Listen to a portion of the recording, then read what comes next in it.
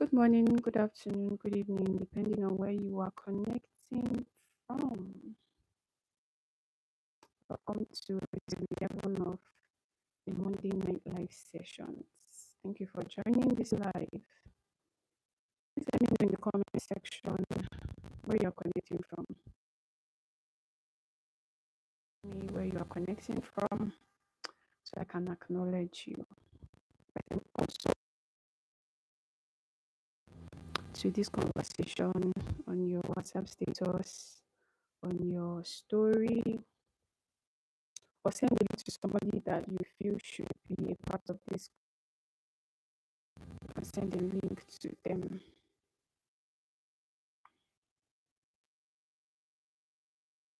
Okay, I think this is okay.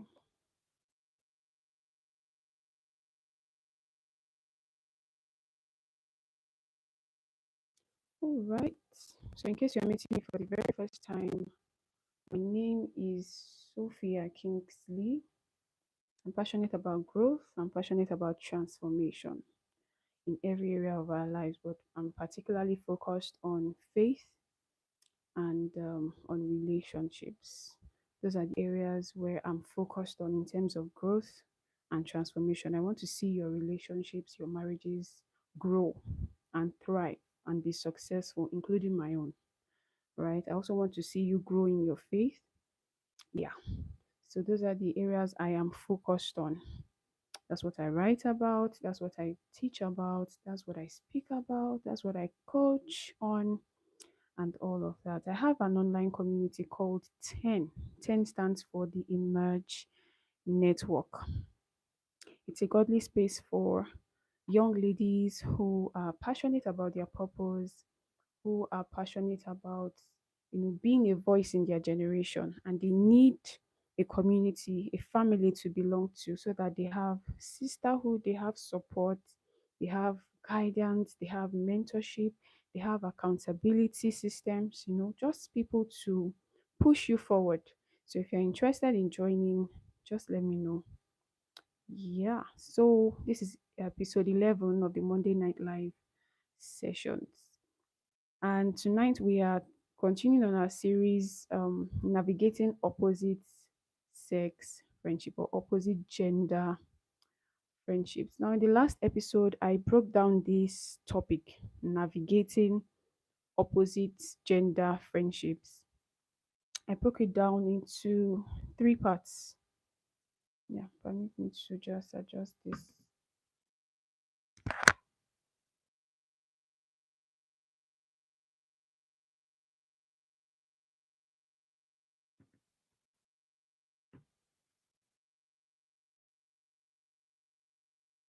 Okay. Oh, somebody said best hair. Thank you. Thank you so much. All right, so we're continuing on our series, Navigating Opposite Sex Friendships. And last week, I broke it down into three parts. We talked about navigating opposite gender friendships as single people. Yeah, as single people. So, what that means is a guy who is not in a relationship, a lady who is not in a relationship, both of them are best friends. That's what we looked at last week, or rather, last 2 weeks. Yes, because last week was episode 10 of the Monday Night Live sessions, and we had a special ninth live session. Do you still do? It was a great and wonderful session. And thank you to everyone that you always share this link, share the flyer on your status. Thank you so much. I have a goal to get to 1,000 subscribers before the end of this year. I'm currently on 239. So I still need about 761 before the end of this year. And I have just 3 months to go. So if you haven't subscribed, please help me subscribe to this channel. Like I said, I'm passionate about growth and I want my YouTube channel to grow. So please help me subscribe. If I'm going to get to 1,000 subscribers before the end of this year, I need God and I need you also to make it happen. So please help me subscribe and help my channel grow. So, episode 9, we looked at navigating opposite gender friendships between or among singles, right? And then The second part we broke it down to was navigating opposite sex friendships as a married person or as someone who is in a relationship that is heading or leading to marriage. And then number three, emotional affairs or what we call emotional cheating. So these are the three parts that we broke down this topic of navigating opposite sex friendships to. We looked at the first one last 2 weeks ago. That's in episode 9. And then today we are continuing with the second part. We want to look at how to navigate opposite sex friendships as a married person or as someone who is in a serious committed relationship that is leading towards marriage. So, if you are still here on this live, I want to hear your opinion before I go into whatever I want to talk about. I want to hear your opinion for a married man or for a married woman, in your own opinion, or someone who is in a serious relationship that is leading to marriage. What is your view about such a person having an opposite sex best friend? Okay, my time is about 12 minutes after 9 p.m. 12 after 9 p.m. That's my time currently. ND here, welcome. So let me know in the comment section, a married man or a married woman, or a, a young lady or a young guy who are in a committed, serious relationship that is leading towards marriage. Ethan Gibson, thank you so much for joining this live. I'm fine. Do you, or what is your view? What is your thoughts? On them having an opposite sex friendship. 2 minutes. I need you to comment in this section, in the comment section rather. Let me know your views. Should a married man, apart from his wife, should a married woman, apart from her husband, have an opposite sex best friend? Should a guy or a lady who are in a committed relationship that is leading towards marriage, should they have opposite sex best friends or not? Let me know in the comment section. You have just 2 minutes to do this. So, yeah, I'm giving you time to put your comments in the comment section. Yeah, I want to hear your thoughts, your opinion on this matter. Yeah, yeah, yeah. A married person, a married man, a married woman. Aside my husband, should I have a male best friend? For example, I'm married, right? So, apart from my husband, should I have a male best friend as a married woman? What is your view on that? I want to hear. I want to hear. So, put it in the comment section. Okay. I live in Nigeria. Someone is asking where I live.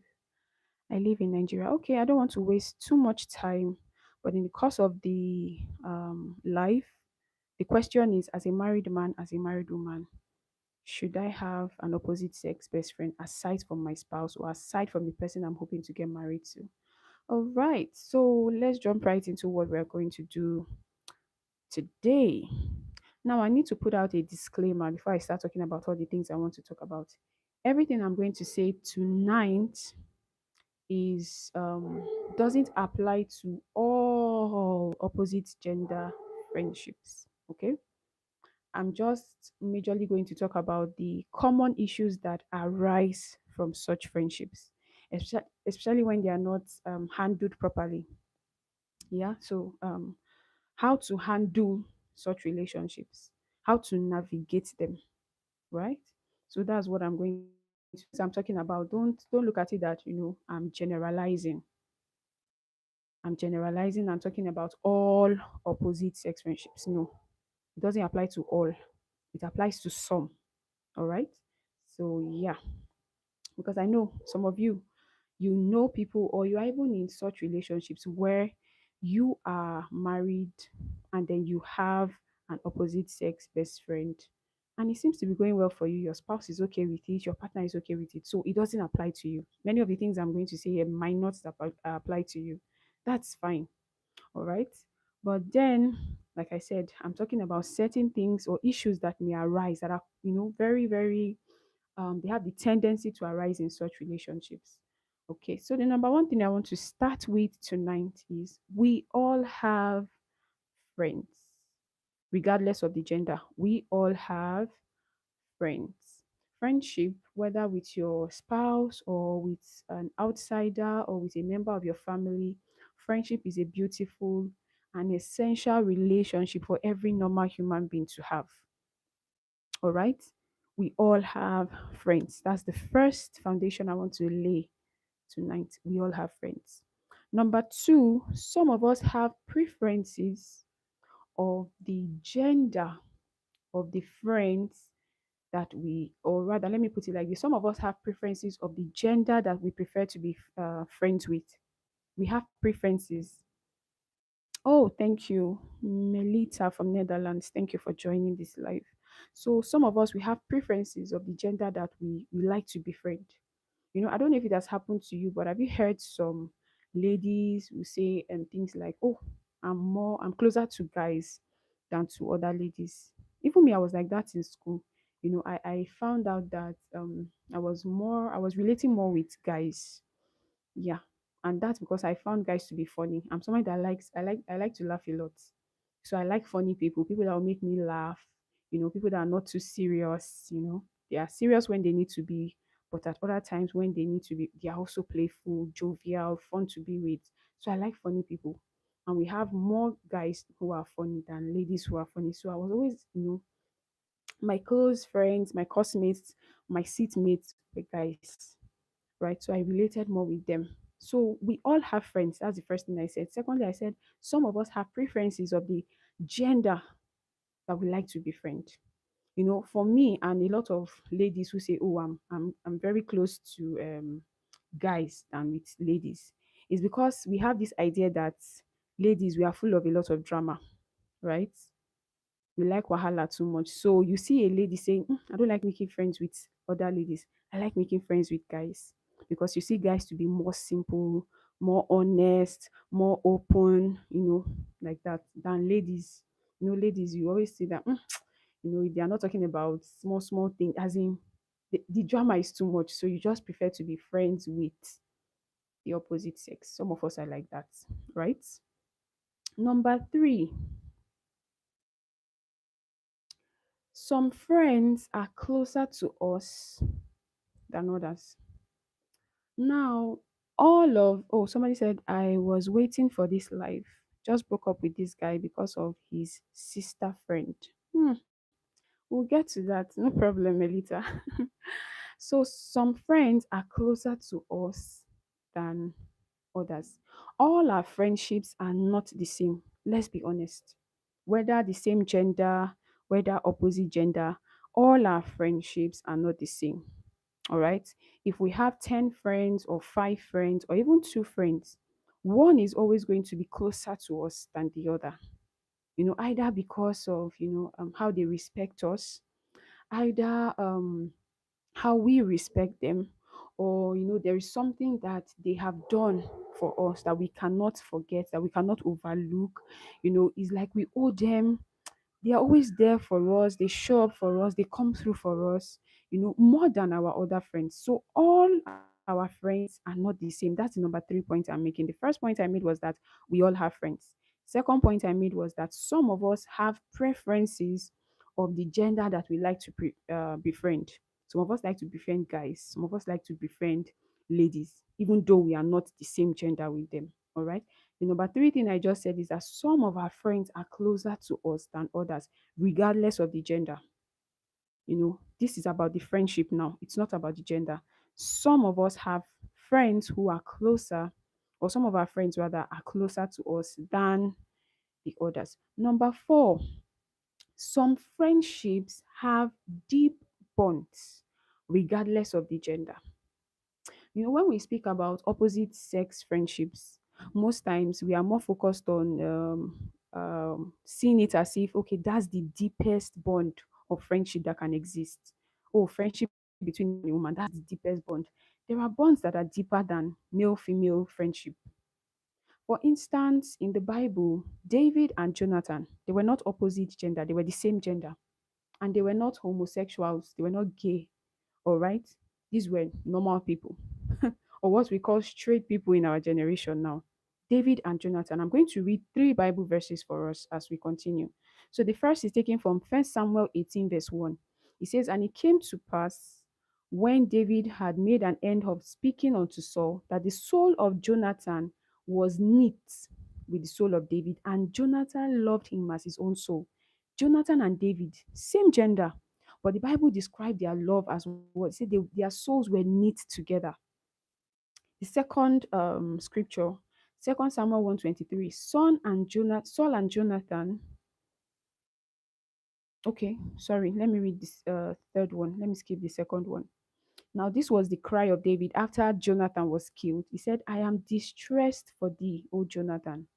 Very pleasant hast thou been unto me. Thy love for me was wonderful, passing the love of women."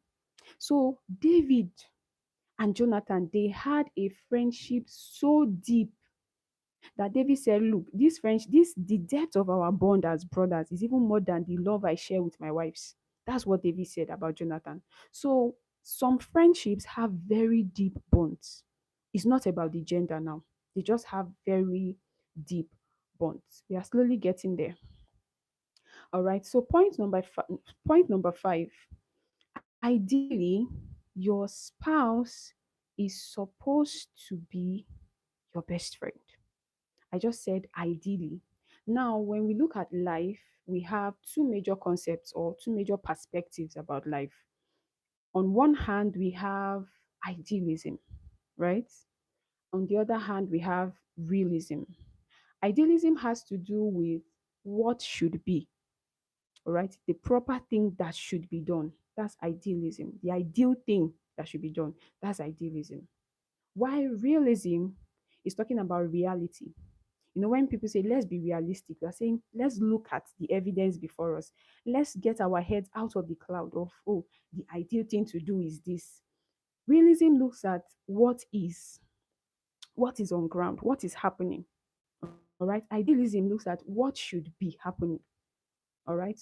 For instance, our government is supposed to take care of certain things in our nation, but that's ideally. But realistically, that's not what is on ground. All right. So I'm saying ideally, your spouse is supposed to be your best friend. Now, if you remember in episode 9, when we talked about navigating opposite sex friendships for singles, I made a statement. I said the qualities that you see in a person. Let me use myself as an example now. I'm a lady, right? And I'm single. Let me make that example that I'm still single. The qualities I will see in a man and say, okay, these qualities, I like them enough to want to make this man my husband. They are also the same qualities that I'm likely going to see in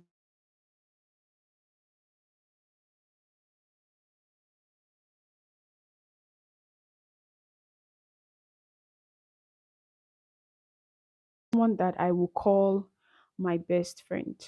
Oh, I hope I've not lost you people.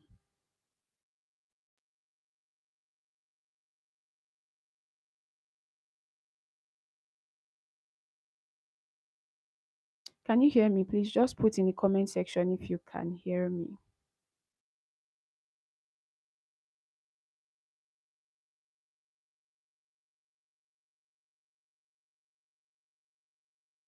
Okay, let me end this.